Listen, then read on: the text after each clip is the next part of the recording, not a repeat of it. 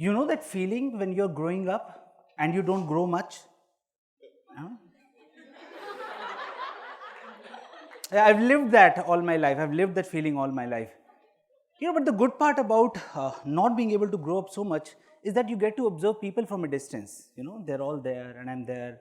It actually was a good advantage. It was a very big advantage because then I could observe people and I could observe how they think, how they act, how they react. And trust me, I enjoyed it a lot. It was an amazing experience to understand about people.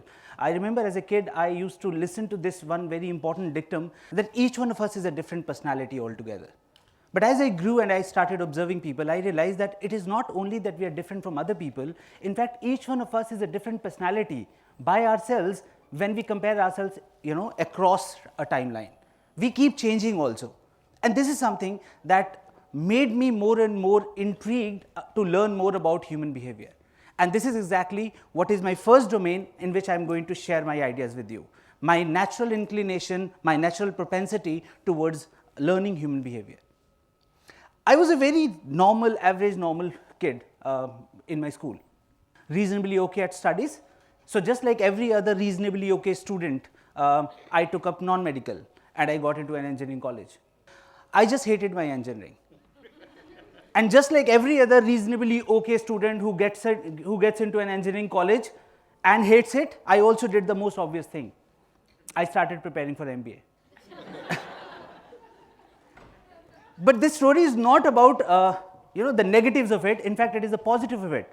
Because preparing for MBA opened me to a world full of logic, because that's exactly what the world of logic shared with me. And I still remember when I was preparing for that and the world of logic came down to me, I saw that logic could pamper my weird sense of reasoning.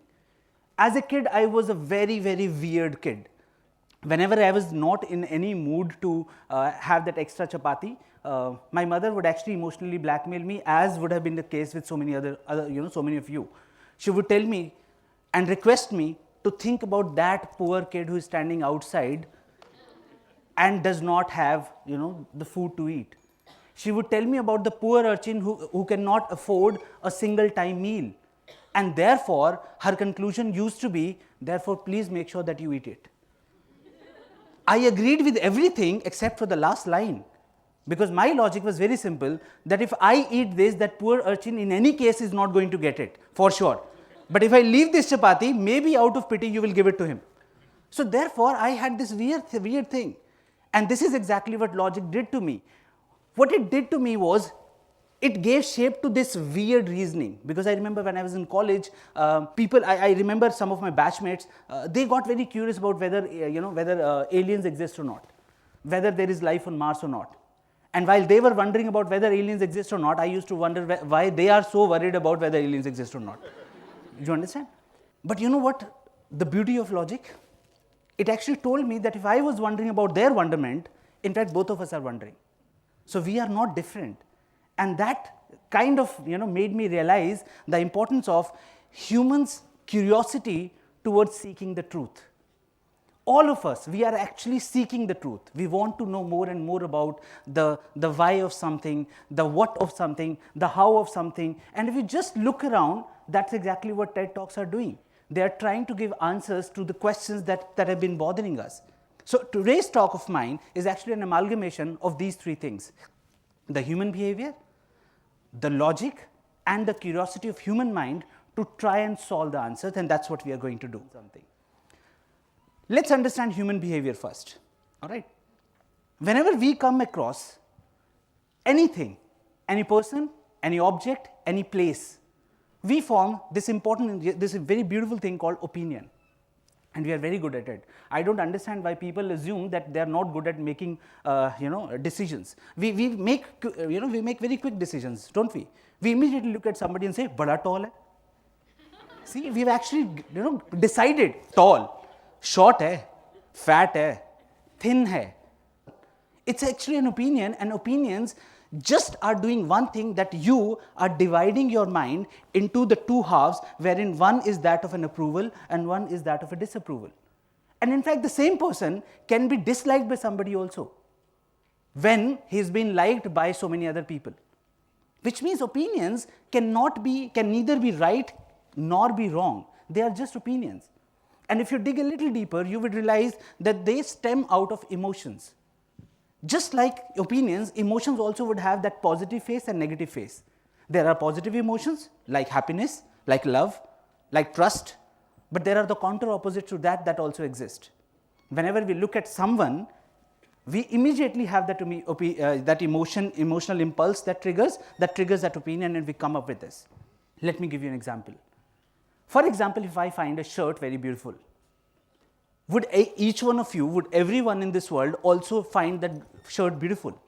No. Then who is right and who is wrong? And you would realize neither of us is right or wrong, which means one thing that can be established because of this example is that actually there is nothing which is right or wrong. It is only our mind which approves or disapproves. Next, does it mean that all our opinions, they are a product of the emotions and only emotions? No. In our life, we actually come across a lot of pieces of information as well, We call them facts. So a lot of things are happening, situations are happening, pieces of information are being assimilated by us. And based on those pieces of information, let's call them facts, we draw conclusions. For example, if some businessman has got a lakh of rupees and wants to invest those, that money in some company, that person would not just feel, oh, I like the company, hence let me invest. Or there is a good vibe that I want to invest in this company and hence, no. That person would actually try and figure out the performance, the financials, the future prospects, and so many other factors before investing in that company. So all those aspects of pieces of information are facts based on which we conclude. And this is exactly what we do. So if you see, this is exactly how life has been moving with all of us. I'm sure some of you would have already started getting that feeling that this conclusion is equivalent to the decision that we need to make, right? The second part was the life of logic. And logic, as I told you, is something that I immediately fell in love with. It started off with that emotion because I felt connected to it, but the better part was the returns were so amazing that I could think so much. But the most beautiful part in this entire gamut of logic was as simple as the basic equation of logic. The basic equation says if A is equal to B and B is equal to C, therefore A is equal to C. Who misses that? Everybody can conclude that A is equal to C if the given premises are, the given facts are A is equal to B and B is equal to C. Now this conclusion, if you observe, is deduced and 100% logical, which means under no circumstances when A is equal to B and B is equal to C exist, then A is equal to C would not be true. It just cannot happen, it is always going to happen, right? And I am very sure all of you would be able to find out that this is very equal. So what is so difficult about it? So why do we keep hearing that people are not logical? Take a moment and ask yourself, but if I were to ask you, consider this equation that if somebody were to look at only A is equal to B and then concludes A is equal to C, now would you call this person logical? I am very sure a lot of you would automatically say no, because the person has assumed that there is a relationship between B and C. And therefore, we can always question this A is equal to C, this conclusion.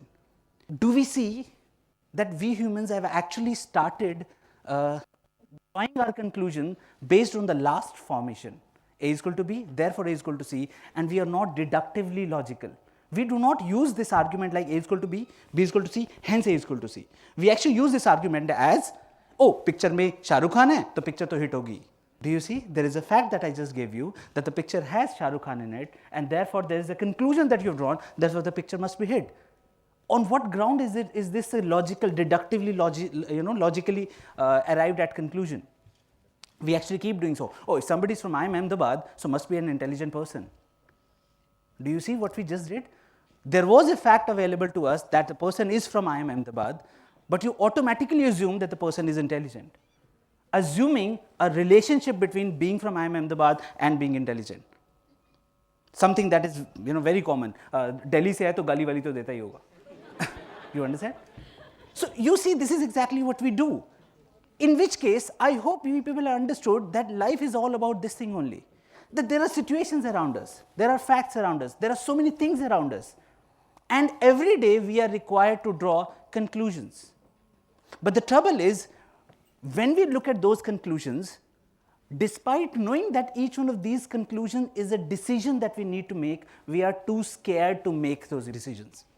And this is exactly what my talk is all about, that when something like this happens, what goes on in our mind that we are unable to take the decision. When I looked at this entire scenario, when I observed people and I kept doing it over and over and over again, and I kept linking it, kept mapping it up with the logical theories and the extrapolations of those theories, when I kept working on that, I realized that the biggest mistake that we do is that we skip the bridge of facts. We are so stereotypical. The moment we see something, we immediately pass an opinion about it. And that's not a conclusion. A conclusion or a decision requires factual information, and we don't know that. I remember when I was teaching some of the MBA students a few years back, I made a very interesting statement, and it came out impromptu. And after that, I tried to validate the statement. The statement was very simple, that every sales decision is an impulse. That you may think about so many things, so many factors are considered, but finally, you say, khareed lete hain yaar. That final thing that you do is actually again an impulse. You would realize that decision making, therefore, ends at an emotion. In fact, now if you think about it, it also starts with an emotion. Do you realize that? So what is happening is, when you look at a particular situation, there is an impulse, there is an opinion of approval or disapproval. This approval or disapproval, it gives you the next path, which is, now do you want to consider? And this is where the middle one, the bridge of facts, that comes into picture. I'll tell you what is the problem with us. The problem with us is that whenever a situation comes across, whenever there are facts that are thrown to us, immediately, because we are humans, we come up with a lot of emotional impulses. Those emotional impulses, what they do is, they stop the rational mind and they start, gaining more and more importance. Now the truth is, the positive emotions and the negative emotions, when they fight with each other, for most of us, the negative emotions win. Because negative emotions are generally more powerful than the positive one. And I'm not talking about a pessimistic scenario world. No, generally in our life, for example, fear is supposed to be the most, dominating emotion. Now, when those negative emotions come, people, what they do is, instead of walking the bridge of facts, they immediately, jump it. I'll give you that example. I'll come back to this three-phase decision-making process by giving you a very simple example, the very first decision that most of us have to do. You remember, we used to love our schools so much, and we used to love our college also so much. I'll give you a reason why we used to love, because we were not required to take decisions at that point of time. Remember your class 1. You knew the target was very simple. I need to clear the class 1, I need to go to class 2. Remember the class 2, the target was very clear. You need to clear the class 2, you need to go to the class 3, because that the society, the educational system, your family, and everybody has already decided for you. So all you need to do is live. It happened in class 8th, it happened in class 10th, it happened in class 12th, it happened during your graduation, and suddenly somebody started asking, kya karna hai? And we had no idea what is it that we were supposed to do. You understand? And this is exactly what went wrong. Why? Because in Indian context, the career decisions are generally not at all taken with a lot of facts and data. How do we decide? You understand? You remember? The first one, Papa ki ichha thi. That's exactly what happened. Huh? The father would say, oh, you know what? I had always wanted to be, hence you become. You get that? Another tragedy that happened with some of us was that our 10th marks were good or bad. So career choices are accordingly set, that since you scored and therefore you take, or you scored and therefore you take. Do you understand what I'm saying? Similarly, the most irritating one was the third one, wherein this Sharma ji would always be present in every community, wherein he would tell you, no, you know what? These days, this particular career option is in rife. So make sure that you go and take that up. And suddenly, what happens is, our decisions are actually thrust upon us. Something like this happened with me. I ended up taking engineering. And I'm sure you also ended up taking something or the other. You know what? It's very easy to blame your father, your 10th board exams, the education system, or Sharma ji. Let me give you actually another aspect to this. Suppose you live in a wonderful house where your father is the most understanding person and he gives you the command, okay beta ja ji le apni zindagi, and says, okay, don't do engineering, let's skip it. Now tell me, what do you want to do? And you know what? You are hell scared right now. Because the problem is, I don't know, because thus far, my decision, it revolved only around what? The emotions that my father has this desire. My exam marks would mean so much in the society. That Sharma ji is such an intelligent person, how can he be wrong? But the father says, okay, forget about everything else, you decide what is it that you want to do. And suddenly, we realize the absence of facts. We have no idea. And that is where the emotions start creeping in. And when these emotions start creeping in, and mind you that the negative ones are far stronger, they start shrouding our entire decision-making process. So we are actually not deciding, we are just feeling. Why does this happen with me? Why is my life so tough? Why is it that only I can't decide? Notwithstanding the fact that the people around you are also equally scared. But somehow, you see somebody who says, you know what, boss, do this. And you suddenly feel, yaar, isko sab pata hai. I'm the only one. Ask him. Ask his family. Because why is it that all of us can feel connected to something like this? It is because it has happened with all of us. So if you understand that decision-making process which starts with an emotion, should have moved to facts, and then finally the emotion, we end up just feeling the emotions, staying with the emotion. Feeling the emotions, staying with the emotion. There is no bridge of facts in between. And therefore what starts happening is, we just keep feeling. And therefore, we keep getting too scared about it. This problem does not stay in your personal life. It moves on to your professional career also, where you need to take decisions, for example, with what is the new project that I should pick. Should I merge with this particular company or not? Should I have my own startup? Startup is a big fad these days. So should I just start, should I have my own startup, my own enterprise? Because all of us want to be entrepreneurs. If you realize, end of the day, it is again an emotion-backed opinion only, nothing else. Whether you started or whether you don't, nobody would get to know what would have happened had you taken the other path. So therefore, there is no way of scientifically proving that the other path would have been better had you taken that. That's not possible. The trouble is, we keep worrying about it. And in this entire process, again, we forget about the facts. It is still okay when you are creating trouble for your own self. It is also okay because somebody else would manage if you are taking trouble in your professional life. But do you realize this is something that we are doing even at national level, at social level? The questions like whom to vote is a big decision, and we take those decisions based on, again, emotionally backed opinion. We have started voting for someone because we hate the other one and not because this person was good. Because in fact, when we are asked, okay, why do you want to vote for this particular party? Have you even read the manifesto? And there is a blank question mark on our face. We haven't done that, we haven't gathered those facts, and then we believe that our decision is good. And we hope that our decision turns out to be good. No, it is not going to be, because you do not even have any idea. My point in this entire scenario is that, see, what happens is that the decision-making process should have had that bridge in between, because end of the day, this is exactly how decisions are taken. They definitely start with an emotion, and it is okay to feel that emotion. It is not, I'm not asking you people not to feel those emotions. In fact, since we are humans, we cannot even dissociate ourselves from the emotions. End of the day, when you need to take a call, it would never be checked. Why? Because it's an approval or a disapproval. It is neither right nor wrong. The trouble happens when it is in between. And the trouble happens for those people who are generally not emotionally strong, but emotionally weak. They feel a lot, but they do not decide, and they are unable to decide that thing. And because of this problem, people keep thinking about doing something. People keep thinking about doing something. I want to do a lot. See, emotion. Have you gathered the facts? I was totally, completely in awe with the theme of this particular event, which was passion to action. To me, it epitomizes the decision-making process. See, the passion is an emotion. See the action, it's a piece of information that you are going to give to yourself. And if you don't give it, then nobody else is going to give it. How many of us really, really want to be entrepreneurs is something that is known to us, that there are so many of them. But when asked, okay, what do you want to start? And there is a blank. People who were able to, all the speakers whom we met and we got inspired by, they knew that the passion was the first impulse. But that is not where they stopped. They continued with the action part. It pains me to share with you something very scary, that so many times the first emotion, the passion, when followed by an inaction, the passion actually dies down and you would never ever be able to find out whether that passion would have worked for you or not.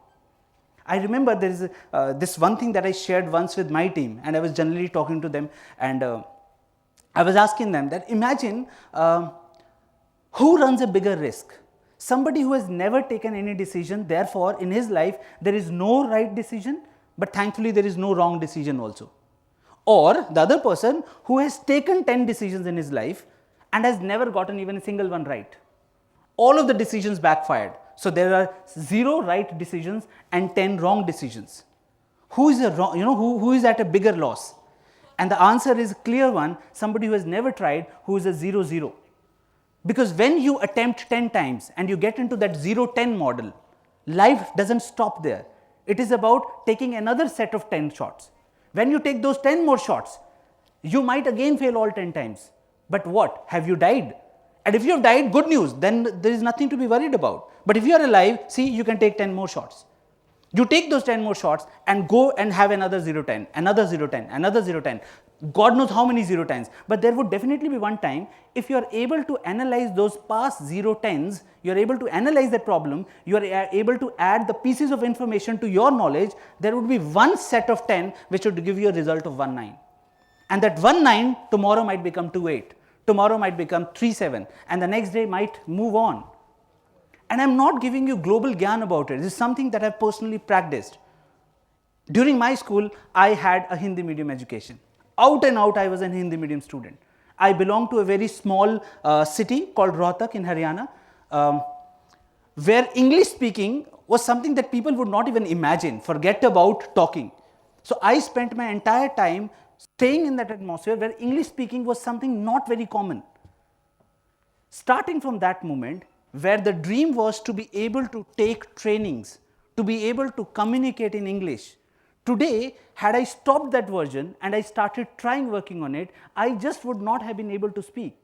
I still remember, there were people who would tease me because I had wanted to speak in English. I would try and do it in my college, in my hostel, and people would come and tease me. Or English bol ke suna na ek baar. And I still remember it was very painful. And I cried also so many times. I went to my room and I cried about it, that why is it that people are pestering me just because I want to speak English, though I am very bad at it. I could have stopped, and therefore there was one failure of 0-10, another failure of 0-10.